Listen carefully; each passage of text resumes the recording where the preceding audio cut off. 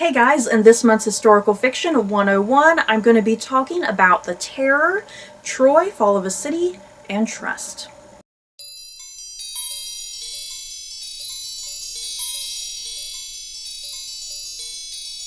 So before I do talk about these three historical-based TV series, just a quick disclaimer, no spoilers. I will not be spoiling anything. More than anything, what I'm going to be doing with this video is just talking about my overall general impressions, if I feel like you guys should try them out or not. So yeah, let's get going. The first series that I want to talk about is The Terror, which just recently wrapped up. The Terror aired on the AMC network. It had 10 episodes, and it was based off of the book by Dan Simons. And the TV series, alongside the book, obviously, they are based off of the true story of the 1848 expedition of these two ships, ships being called Erebus and the Terror, and what these two ships are doing. They were sent out on an expedition to find some sort of northwest passage.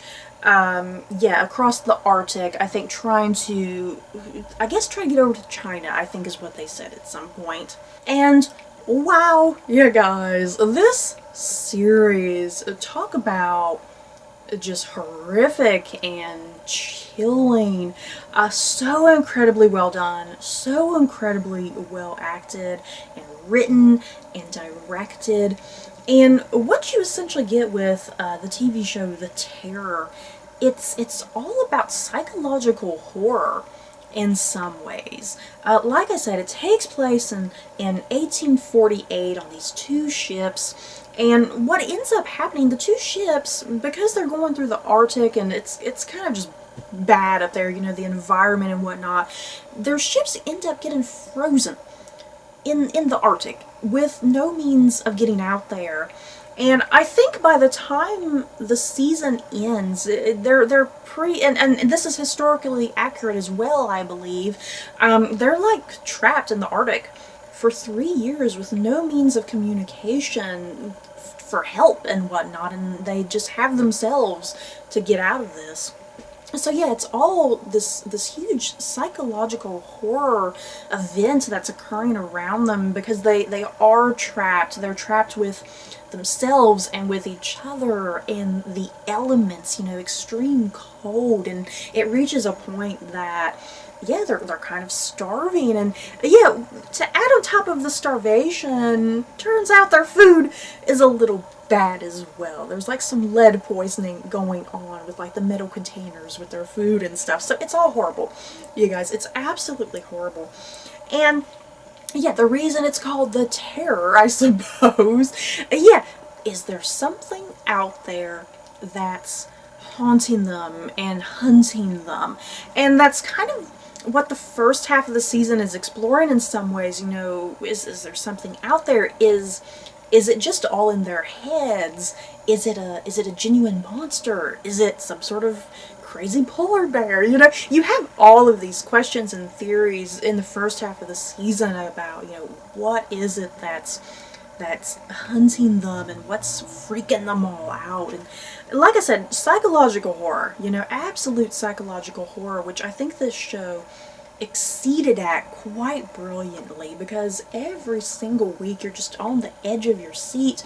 You're not sure what's going on. You're not even sure sometimes, wait, did that really just happen? And what an incredible cast, you guys. I definitely got to look at my notes here because I don't want to forget anybody.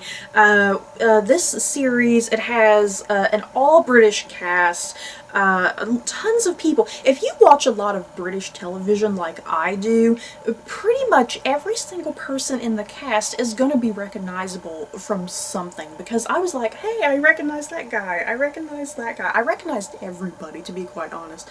But yeah, the big players of this TV series, Jared Harris is one of the leading stars. Oh my god, I'm just really loving Jared Harris. actress recently. I mean, the last thing I watched him in, he was in The Crown, where he was playing Queen Elizabeth II's father, and he made me cry. He brought me to tears in The Crown, yeah, guys. And yeah, I was very excited to see him in The Terror. He did an amazing job with the character of Francis Crozier, I think is how his name is pronounced. Yeah, Francis Crozier, what a remarkable character. You know, a rich backstory to him about, you know, why he's here on the Terror and everything, and just his relationship with other characters. And then we also have Tobias Menzies, yes, playing James Fitzjames. I love Tobias Menzies as well. Why does he seem to pop up in every damn show that I watch? I love him in Game of Thrones. I loved him in Outlander. Yeah, he was in The Night Manager, if I'm not mistaken. Yeah, he is also going to be in The Crown at some point.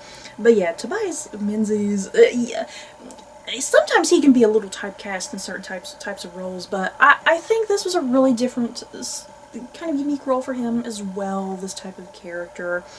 And then we have, how is his name pronounced? Kieran? Is it Kieran or Ciaran? Ciaran Hinds? Ciaran Hinds? I'm not really sure how his name is pronounced. A remarkable actor as well in this series, playing John Franklin, who is kind of, he's kind of the main captain, the guy who's leading this whole expedition through the Arctic. And yeah, some shocks and surprises with that character as well, you guys. And that's all I'm going to say. That's all I'm going to say. And then, yeah, we have Paul Reddy, who I'm not familiar with. I'm not familiar with this actor at all, but by the time this show ended, I was like, I want to see more of this guy, because he was definitely one of my top favorite characters. But yeah, Paul Reddy, who plays Harry Goodsir, who's kind of like a doctor. And this character, you guys, he's the most kind and genuine and sweet character out of every character on the show. You know, a lot of these characters all have their issues and their demons, and yeah, there's always this kind of back and forth, but yeah, the character of Harry Goodsir, just a pureness to him from start to finish, and he never gets corrupted or anything, you know, compared to all these other people. And yeah, yes, I love him, seriously. He was one of my top favorite characters, I think. But yeah, my favorite character, literally, seriously, you guys, my favorite character was played by Adam Negatis. These people have some names. Adam Negatis, if I'm pronouncing his name correctly, he played Cornelius Hickey. Wow. I love this dude, you guys. He was seriously my favorite character on the show. He was pretty much the antagonist, if you will, the guy playing games and trying to start up stuff, you know, really kind of digging into people's psyche. Seriously, he was an amazing character, just where he went from start to finish with the show, all of the shenanigans he was up to. And yeah, I wasn't familiar with this actor either, Adam Negatis. I don't think I've ever seen him in anything, but yeah, I want to see more of him because he was so amazing in this show. But yeah, you guys, like I said, I'm doing 3 shows in this video, and I don't really have enough time to sit and go into a lot of depth and detail with them. But yeah, The Terror, outstanding, you guys, outstanding from start to finish. I am curious how other people feel about The Terror, because it is one of those shows that the pacing, I mean, just depending on how you like watching shows, the pacing for you could be a little irritating, a little too much, because the pacing is very slow in some ways. It's a very slow burn, but like by the time you get to the very end of any given episode, there's always some event that just happens, and something that really throws the action into this forward momentum that's really just like, wow, I cannot believe that just happened. So yeah, the pacing can be a little strange. I mean, like I said, depending on how you like your shows, the pacing can be a little strange, but give it time, you know, give the show time to build and build. For me personally, even though I loved every episode, I loved everything about this show, I think my preference, I did enjoy the first half of the season. There's just something about the first half of the season that I enjoyed. And then the second half, something about the second half kind of felt a little bit monotonous, I think is the word I want to use. Something a little bit monotonous and much, much, much slower in some ways, but still very, very good and still very powerful. But yeah, The Terror, amazing. You guys cannot gush about it enough. Fantastic acting, fantastic writing and directing.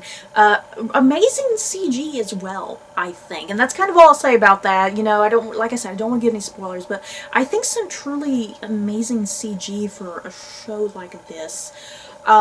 Yeah, some great historical detail in there, I think. Very atmospheric and chilling. Like I said, the psychological horror is a big element of the show. And yeah, if you have seen the show, I definitely want to know your thoughts and opinions about it. Did you love it just as much as I did, or did you have some problems? And who are your favorite characters? Come on, is there fans for Mr. Goodsir and Mr. Hickey? Seriously, I love those two guys. They were great. Polar opposites as well, you know, total polar opposites.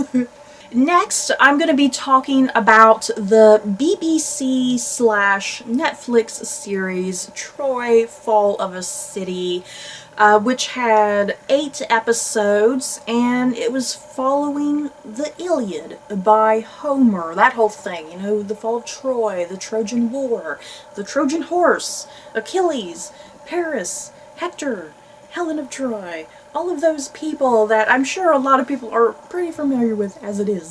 Now, I initially went into this show, I wasn't really quite sure if I wanted to watch it or not, because prior to watching it, I had heard nothing but terrible reviews for it. But the thing is, I love the story of Troy, and that's what really urged me to be like, okay, I'm gonna watch this and give it a shot.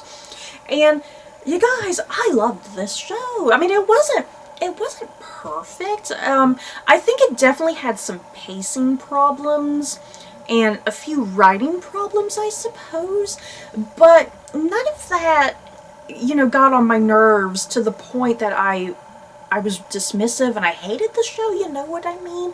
I really enjoyed it for what it was, and I found it maybe not fun, because there's nothing fun about it. It's actually all very dark and depressing. I mean, you know about Troy. You know that Troy is going to fall. The Trojan horse is going to get in there and take over the city. But yeah, I personally really enjoyed this adaptation of the Iliad, if you will. I mean, there's been several movies and miniseries over the decades that have done the Iliad, most notably the Brad Pitt version, Troy, where he was playing Achilles, and I really liked that movie, to be quite honest. And I know there was also a Helen of Troy miniseries, which I also enjoyed. But yeah, I really personally enjoyed Troy: Fall of a City. I think it was pretty well done for the most part. Like I said, some pacing problems, a little bit of writing problems. I didn't have a problem with the acting, to be honest. The acting was fine to me. I liked it. The costuming, sometimes the costuming was a little weird for me, because I was like, did they really dress like that during the Greek era? So yeah, some weird costuming choices, but fine overall. And like I said, just negative after negative review that I saw for this mini-series, and I don't quite understand why, to be honest. Maybe I'm just weird. I don't know. I saw a lot of complaints about that the miniseries was perhaps taking too many liberties with the source material, which I didn't see. Because I've read bits and pieces of the Iliad, and from what I remember, I thought this miniseries was doing a great job of adapting those elements. Plus, the Iliad, a lot of the Iliad has the Greek gods and goddesses play a huge pivotal role, and a lot of times in these adaptations, the Greek gods and goddesses are just totally omitted from the story, but yeah, the miniseries kept them in, which is an interesting choice, and I think worked But yeah, just some of the actors and actresses in this miniseries. Lewis Hunter plays Paris. I really liked him. There was something almost unlikable about him at first because he's kind of a young, brash playboy, and you know, he likes a good time and likes hanging with the ladies and whatnot. But yeah, I think he really matures by the end of the series. And I really liked him as Paris. And I'm sitting here thinking, who do I prefer as Paris? Do I like him or do I like Orlando Bloom? Because there's something about Orlando Bloom that was a little bit whiny and babyish, you know. So I think I do prefer Lewis Hunter's interpretation over Orlando Bloom's, perhaps. And we also have Bella Dane, who played the infamous Helen of Troy, and I liked her as Helen. I think she worked in the narrative. She's a very quiet, soft-spoken Helen of Troy in this adaptation. She kind of tends to think about things rather than open up about things. Yeah, she always talked like this, like, I am Helen of Troy. This, like, sometimes it felt like she was like whispering her lines. That was a little irritating. Sometimes it felt like she was kind of whispering her lines more than kind of speaking them out loud half the time. But she still was fine. I did really like her as Helen, and there was, like I said, there's a soft-spokenness to her, but also a fierceness kind of deep down when it needs to build up and get out of her. And then yeah, Tom Weston Jones, who played Hector. I love Tom Weston Jones. I've seen him in numerous things over the years. A really great Hector as well. Jonas Armstrong, who played Menelaus. Love Jonas Armstrong. You know, people give Jonas Armstrong a lot of hate. I don't really understand why. I think he's a really great actor. Loved him in Robin Hood.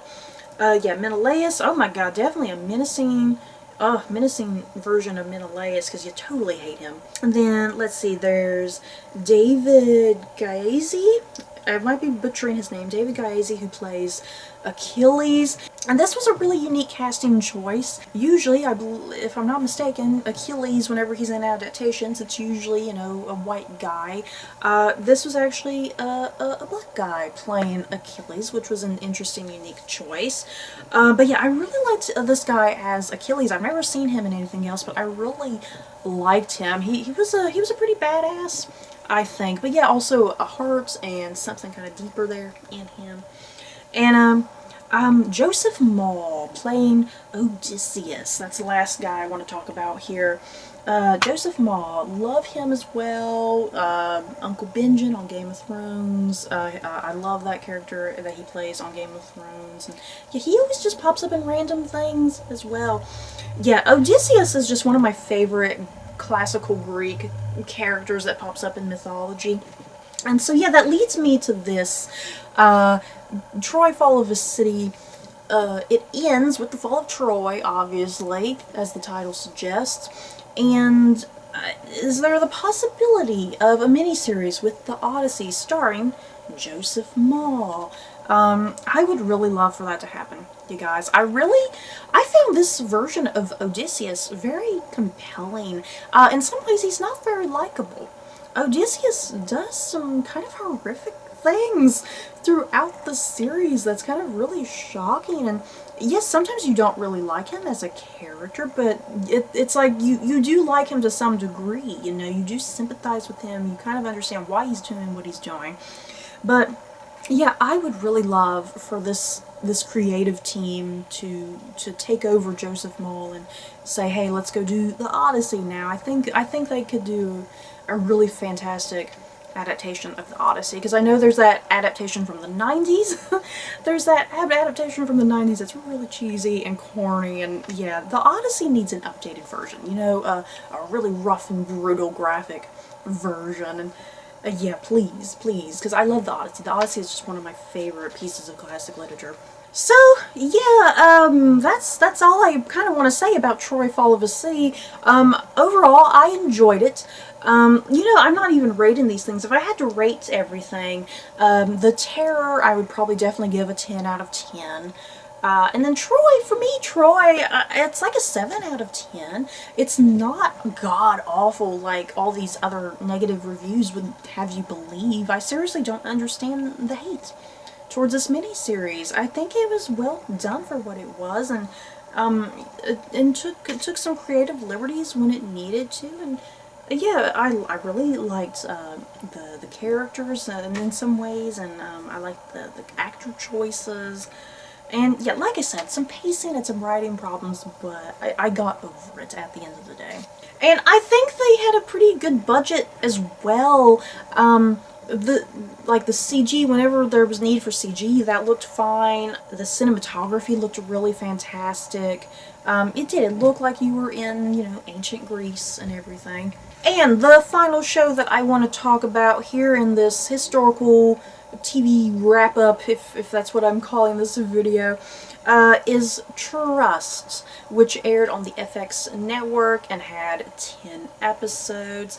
And this was the true story of the 1973 kidnapping of John Paul Getty III that occurred in Rome. And wow, yeah guys, wow, this series, I don't even know what to say. Yeah, like I said, I gave The Terror 10 out of 10, Troy 7 out of 10. I think this is definitely another 10 out of 10. I thoroughly enjoyed this series. I wasn't sure what to expect when I went into it. I wasn't sure if it would be for me or not. Like I said, yeah, it's the 1973 kidnapping of the 16-year-old boy. I'm usually not into the 70s, to be quite honest. If you guys know me, I love my historical fiction when it's, you know, the 1500s and the 1600s and yeah, the early 1900s and whatnot. And so yeah, the 70s is kind of something new and different for me. And yeah, I'm not familiar with the Getty dynasty, if you will. I'm not even familiar, prior to this miniseries, I wasn't even familiar with this kidnapping. I had no idea about it. And yeah, I've not even seen the movie that came out. It came out at the very end of 2017, All the Money in the World. I didn't even watch that movie. I didn't really even have an interest in that movie, to be honest, but for whatever reason, I had an interest in this TV series. And yeah, FX has yet to disappoint me with a series, to be quite honest. FX always has high quality television and performances and acting and directing and writing and whatnot. So I was like, you know what, I love all these various other FX shows that I watch, so I'm going to give this a shot and trust in FX that they believe in this project. And I'm so glad that I did, because it was outstanding. I loved it. Now, I gotta admit, the first couple episodes, I was kind of like, okay, this is okay, you know, and it took me a couple episodes, but once it kind of reached a certain point, I was like, wow, I really love this. It's just really quirky and darkly comedic, and the acting, you guys, just magnificent acting, magnificent writing. I love the various locations that they go to and everything. And so yeah, like I said, I didn't even really finish my plot summary. It's based on the true story of the 1970 kidnapping of John Paul Getty III in Rome. And yeah, what's notorious about it is the fact that his grandfather, John Paul Getty, his grandfather refused to pay the ransom, you guys. And that's what these 10 episodes deal with. They deal with this young boy's kidnapping, which he may or may not have, you know, really, did he really set it up or whatever. The way the show is, the show kind of leads it like, my understanding anyway, the way I was interpreting it, like, if I understood everything correctly, yeah, he did set up his kidnapping to some degree, but then, yeah, everything kind of went horribly wrong after that. And it's just this whole family drama in some ways, and no one willing to step up to pay this ransom. The grandfather, he's a very, very rich oil tycoon, and he has millions, but he won't even give up any of his millions to save his own grandson, out of pure principle in some ways. He thinks that his son, John Paul Getty II, should sit and pay for everything, but yeah, his son doesn't even really have that money to save his own son. So yeah, it's all very complicated, you guys, if that even made any sense, but it's all very complicated, all about money and family drama and family angst, but so good. And yeah, some of the actors in this, we have Donald Sutherland, who's playing John Paul Getty. I loved him in this role. He's just absolutely despicable. Yeah, guys, I usually really like Donald Sutherland. Even in The Hunger Games, where he's playing a pure menace and a pure villain, the thing is, there's something really charming about him in that I like. But yeah, here on Trust, oh my god, Donald Sutherland does a great job. You just find him absolutely despicable and unlikable, and you just can't believe the things that come out of his mouth, the things that he does to women and how he treats women. Yeah, the way he treats his own son and his grandson. Oh my god. But yeah, a remarkable performance. I hope he gets nominated for the Emmys. And then there's Harris Dickinson, who plays John Paul Getty III. I don't know how young this guy really is in real life, the actor, because I know he's playing 16, but I'm not sure if he's maybe more like in his early 20s. I should have maybe looked that up, but I really bought him in this role. I think he did a really fantastic job playing this naive 16-year-old, you know, who he has all this money, but at the same time he kind of wants to earn his own money, and he has a lot of pride. He doesn't want to go to his own father and grandfather for the money, but things kind of get desperate, and he's like, okay, I need some money, help me out, you know. And yeah, the whole kidnapping kind of just spawns from there, essentially, with John Paul Getty III's his own debts that have occurred. Hilary Swank playing Gail Getty, who's John Paul Getty III's mother. I really loved Hilary Swank in this role as well. I hope she gets nominated as well. She does a great job playing this grieving mother who doesn't know what to do. She herself has no money. You know, she's part of this wealthy family, but yeah, she's almost in near poverty in some ways. And then yeah, my favorite person in this whole list here, Brendan Fraser playing James Fletcher Chase, I believe the character name is. I love Brendan Fraser. I was so surprised to see Brendan Fraser pop up on this show, because I've not seen him in anything since like the Mummy movies, pretty much. I loved him in this role, this particular character who's essentially helping out the family trying to find John Paul Getty III, and yet kind of make some ransom deals and whatnot. Yeah, I really like him as a character. I also really liked his interactions with Hilary Swank's character. There's just some interesting developments that kind of occurred there. Yeah, I hope Brendan Fraser gets nominated for some Emmys as well. I think this whole cast has a good chance of getting some Emmy nominations, if not some wins, possibly. But yeah, Trust, about the Getty family saga, their craziness, their quirkiness, like I said, very darkly comedic, but very vibrant, I think. Just very vibrant acting and writing and whatnot, and just the way it's filmed and the locations and whatnot. I thoroughly enjoyed this series. Was just pleasantly surprised, you guys, pleasantly surprised how much I enjoyed it. And yeah, I was kind of upset when it ended, because it's like, I want more. So, you guys, sorry about this long video. I just wanted to kind of go through these 3 shows really quickly, because I wanted to kind of do individual Historical Fiction 101 videos for these 3 shows, but I was like, there's no way. There's no way. So I just decided to go ahead and add all 3 of them together in this video. Yeah, you guys, have you guys seen The Terror, or Troy, Fall of a City, or Trust? If you have, let me know your thoughts about them down below. Did you love them? Did you hate them? Or if you haven't watched them, do you plan on watching them sometime in the future? Just let me know. So that's it for this video. I hope you guys enjoyed. Don't forget to like, comment, and subscribe. And if you like this video, you may like these other videos. Bye, guys.